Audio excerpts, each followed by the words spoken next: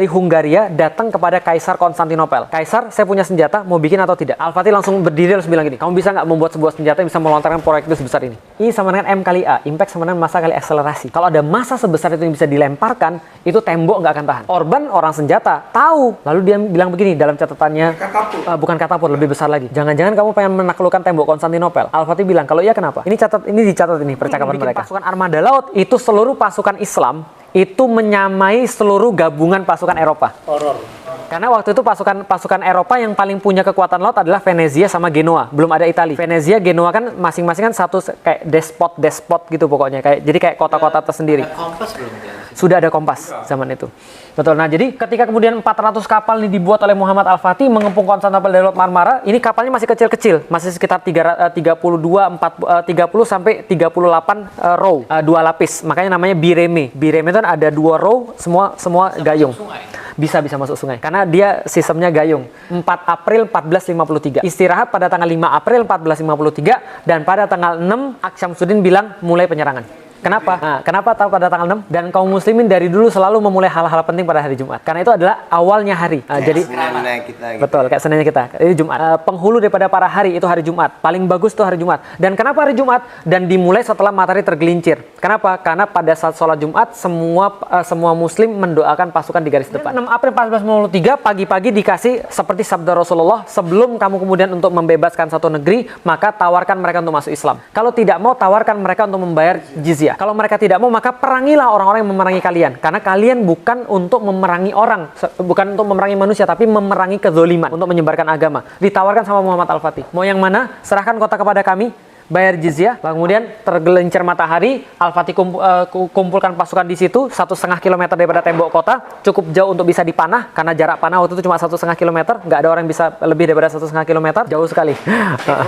Crossbow. Maka 1,5 kilometer itu jarak aman, lalu kemudian cukup dekat untuk bisa disaksikan seluruh orang-orang Konstantinopel. Maka mereka ngelihat orang-orang muslim sholat Jumat di situ. Sholat Jumat, setelah itu kemudian mereka bilang, ini kayaknya kami melihat salib terakhir kali di Hagia Sophia. Dan setelah itu kemudian meriam pertama ditembakkan. Hasilnya apa? Hasilnya kita kira Muhammad Al-Fatih menang, tapi ternyata kalah total. Betul.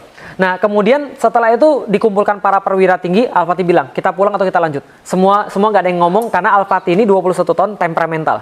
Dan ini menyebabkan kenapa sejarah itu lebih senang dengan Salahuddin dan lebih kejam pada Muhammad Al-Fatih. Karena Al-Fatih memang temperamental. Dia bagi 3 pasukan. Pasukan pertama adalah pasukan jomblo. Nah, jadi ini orang-orang jomblo ini, gitu kan ya. Kalau masuk sana, naksir boleh nggak? Hah? Kenapa? Naksir boleh. Boleh, nggak ada masalah. Nah, maka jomblo ini ada pasukan pertama. Kenapa? Jomblo zaman dulu terhormat. Mereka tuh kayaknya saya pikirin kenapa mereka mau jadi pasukan pertama, karena mereka bosan ditanya setiap Syawal, kapan kawin gitu. Jadi mereka mau mati aja. Jadi gitu. Ini pasukan jomblo pertama. Dikasih waktu dari jam 2 sampai jam 4. Oh ya gitu. Saya lupa ada satu jomblo. Iya, kapan kawin. Jomblo dikasih waktu jam 2 sampai jam 4. Mereka paling minim peralatan, tapi mereka sangat semangat. Nama pasukan Azab.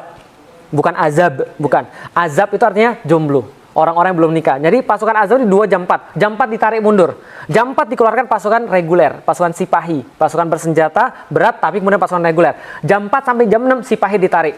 Dan nggak ada kemenangan juga. Jam 6 dikeluarkan Yeniseri. Jam 6 dikeluarkan Yeniseri sebelum matahari bersinar dari sebelah timur. The rest is history. Konstantinopel takluk. Setelah dia selesai perang, populasi Hagia Sophia turun di bawah 50.000. Maka dia bangun mall pertama di dunia, The Covered Bazaar, atau Kapalı Çarşı. Kapalı artinya dalam bahasa Turki tertutup. Çarşı artinya bazar. Bazar pertama yang untuk nge-mallnya di situ. More than 3,000. Jadi lebih daripada 3.000 peserta. Store yang ada di Kapalı Çarşı, Grand Bazaar. Yang ada di 007 ya, jadi pas kejar-kejaran naik motor di atas. Nah, jadi Skyfall James Bond 007 itu settingnya di sana. Ini karena dan banyak yang nggak tahu. Orang-orang yang ya ignorance terhadap sejarah, mereka bilang gereja itu dibuatnya ke arah timur, gimana bisa dijadiin masjid? Mereka nggak ngerti sejarah. Ini gereja ortodoks, bukan gereja-gereja yang ada di Roma. Gereja yang ada di Roma, kenapa ngadepnya ke timur? Karena itu dulu kuil. Kuil itu selalu menghadap kepada matahari terbit, Apollo. Maka kemudian ngadepnya ke sebelah timur. Itu masuk ke sebetulnya Roman Pagan. Benar, Roman Dia Pagan. Aslinya Roman Pagan. Diubah jadi yang memakai jubah.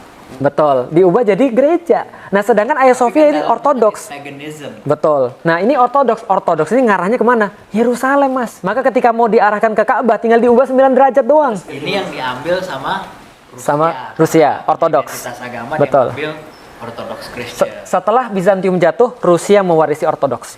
Karena katanya boleh minum alkohol. Nah itu kalau itu saya belum tahu. Nah, nanti netizen protes. Nah setelah kemudian dia bentuk kemudian satu mimbar, semua selesai sebelum asar. Dan asar 29 Mei 1453 berkumandang azan di Konstantinopel. Itu yang saya tebak kenapa Hagia Sophia ketika diubah lagi oleh Erdogan, azannya yang pertama kali itu adalah yang pertama kali setelah dia berubah adalah azan asar.